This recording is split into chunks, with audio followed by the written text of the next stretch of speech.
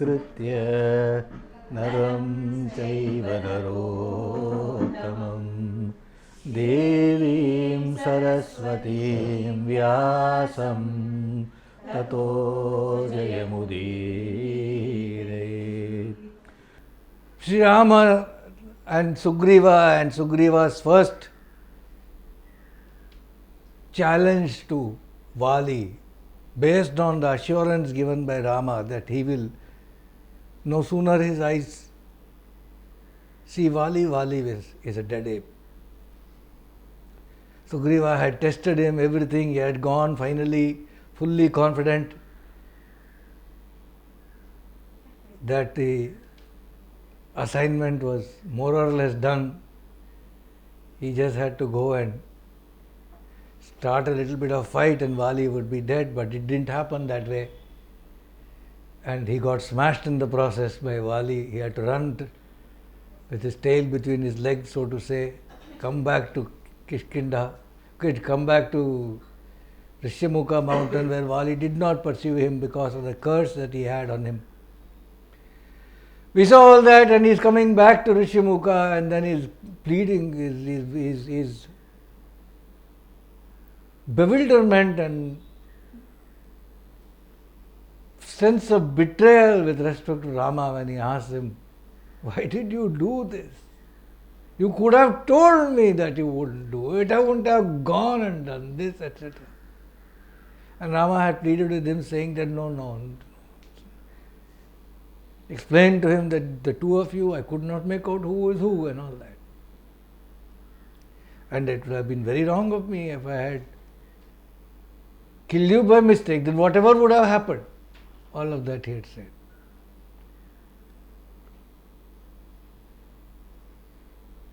If you had been killed by me in ignorance or thoughtlessness,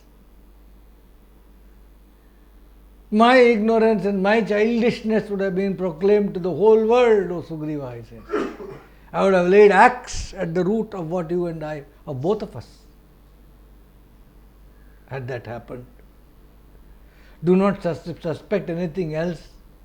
No evil design I have. On the contrary, myself, Sita and Lakshmana have come to you for Sharanam. Then he says, you go fight again. There's a Gajapushpa, there's a particular creeper on the ground, Gajapushpa creeper with flowers in it, full of flowers. He asked Lakshmana to pull it out and make a little garland for Hanuman, for Sugriva. Sugriva wears it and Valmiki says it looks like the sun surrounded by the stars. Very beautiful he looks. Or like the cloud in the evening sky which is surrounded by cranes which are flying in the sky around the clouds. Like that it looks, that creeper on his neck. He's the analogy of the sun often will come because he is the son of the sun god. Sugriva is the son of the sun god.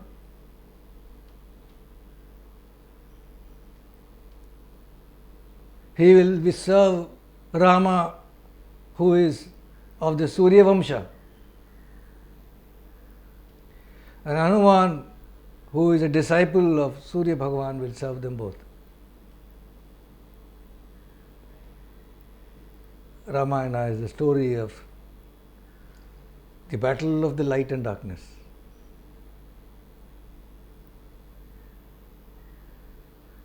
So the second challenge is now due. The Gajapushpa creeper is on his neck. They set forth again, Rama and Sugriva and Lakshmana, to Kishkindha, which is ruled by Vali. It's a fantastic, beautiful, small city, Kishkindha.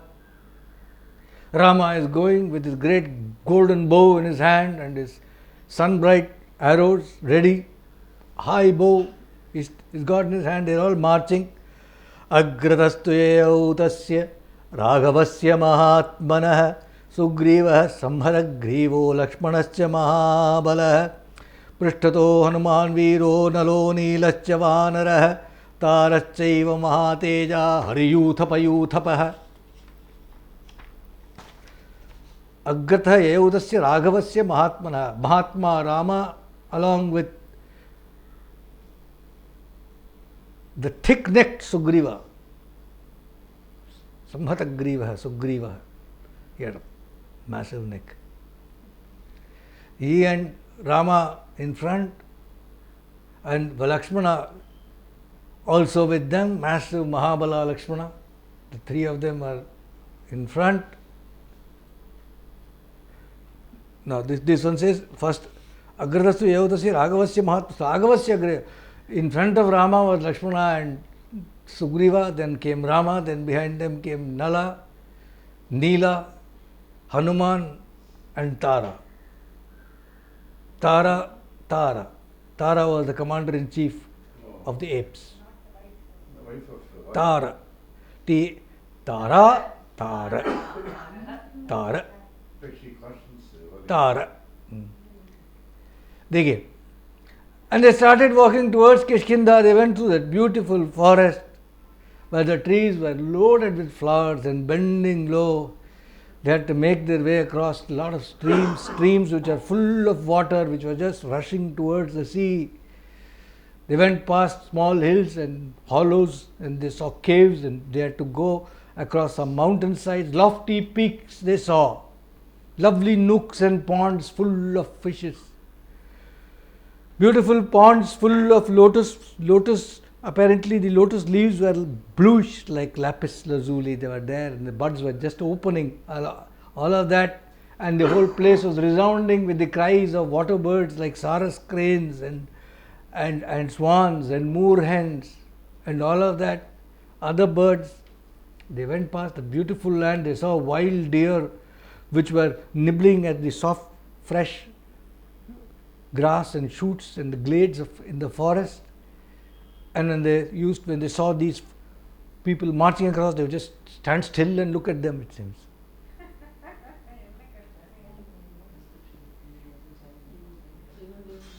Later we will see when there will come a time when Rama has to wait it out for the winter, for the rainy season to get over, and he'll be up in the hill, and Sugriva has forgotten. That will be explained by Valmiki, and there you will see the animals will all be coming. All these birds, all the animals will come to Rama. He'll be in the mountain waiting out in the cave, and they will all come and they will just keep looking at him for hours together. They'll just be in samadhi looking at him. All the animals. They can't take their eyes off. Like that. Standing still. And they saw wild boars, white-tusked wild boars. Valmiki calls the wild boars the enemy of ponds. I don't know why.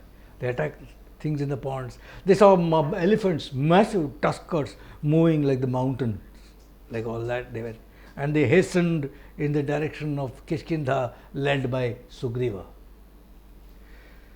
And they were going in that direction. Suddenly Rama spotted was part of the forest which was suddenly seemed very thick and closed. And peculiarly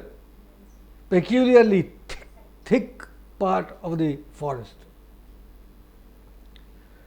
And he asked Sugriva, Esha meghaivaakashe vrikshashandah prakashate meghasanghata vipulah paryanta kadalivritah kimetad gyatamichhami sakhe kautuhalam hime kautuhalapanayanam kartumichhami aham tvaya. Sugriva, what is this thick woods that is looking like a cluster of clouds? And it's extensive as well.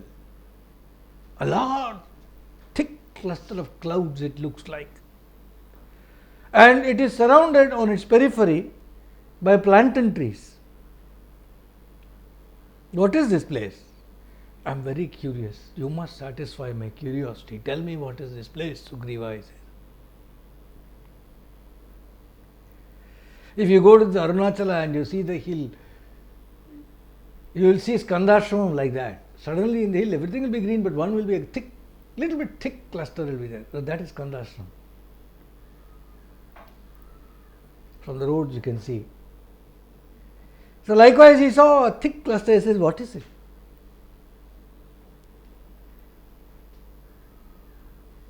Sugriva said, Etadraghava vistirnam ashramam shramanashanam udyana vanasampannam swadamula phalodakam atra saptajananam munayas samshitavrataah saptaivasannadhashirsha nihatam jalashayinah Etadraghava vistirnam ashramam shramanashanam. As we have now noted for many years, when the reference to an ashrama of a rishi comes in Ramayana or Mahabharata, the definition comes along with it. Ashrama is shramanashana. An ashrama is a place where your stress is destroyed. So they went there. So he says, Rama, this inside here, this is an ashrama. This ashrama has got gardens, it's got woods, it's got sweet waters inside. It has got it's full of fruit trees, lots of roots. And here lived 7 sages who were known as Sapta Jana, 7 men. Samshita Vrata, they were given to tremendous tapasya, austerities. They used to live Jalashayinah, they used to be lying down in waters with their head down. That was their tapasya. And once in 7 days they will get their head out and have some air for food.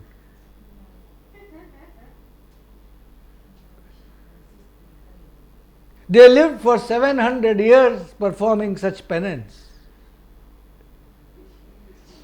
They were absolutely still, motionless. They were doing tapasya for 700 years and then they attained heaven along with their bodies. Sapta Muneha, Sapta Janaha, 7 munis, along with their bodies. This hermitage, Rama, walled in by the trees, is nobody can even enter this cluster of woods. Even gods with Indra as their head and the asuras, they cannot attack it. They are powerless against this place. It's an occultish kind of place. They are gone with their body after 700 years of tapas. And even now, this is what I am saying, but Valmiki says, Sugriva says, Rama, the sound of jingling ornaments, an indistinct speech is heard coming from there, as well as the music of flute players and singers, and celestial scents, celestial fragrances waft on the air, Rama. And inside this, somewhere in the ashrama, the 3 sacred fires are constantly ablaze, because you can see on top of the trees, you can see a thick smoke, grey like the pigeon's body, all on the top of the trees, right in the heart of it, and the tree tops. And the trees, their heads plunged in smoke, are shining like the trees are shining like jewels which are hidden in a mass of clouds. Rama, make your prostration to this ashrama. Along with Lakshmana, please prostrate to this ashrama devoutedly with folded hands. Pranamanti tesham muninam bhavitatmanam natesham ashubham kinchit sharire Rama drishyate. Rama, those who make their obeisances to the self-realized sages, are not touched in the least by bodily ills. Rama, Natesham ashubham kinchit sharire Rama drishyate. Not a single ailment is seen in their bodies. Those who prostrate to these self-realized sages, Rama. Thereupon Rama and Lakshmana joined palms in reverence to the Saptajana, and they prostrated themselves. Having done this, they all went, they were very happy and they all went forward. And then, after having gone a long way, they saw Kishkindha. From the forest, you could see down there, that's Kishkindha. They were hiding behind the trees and surveying it. So we have reached.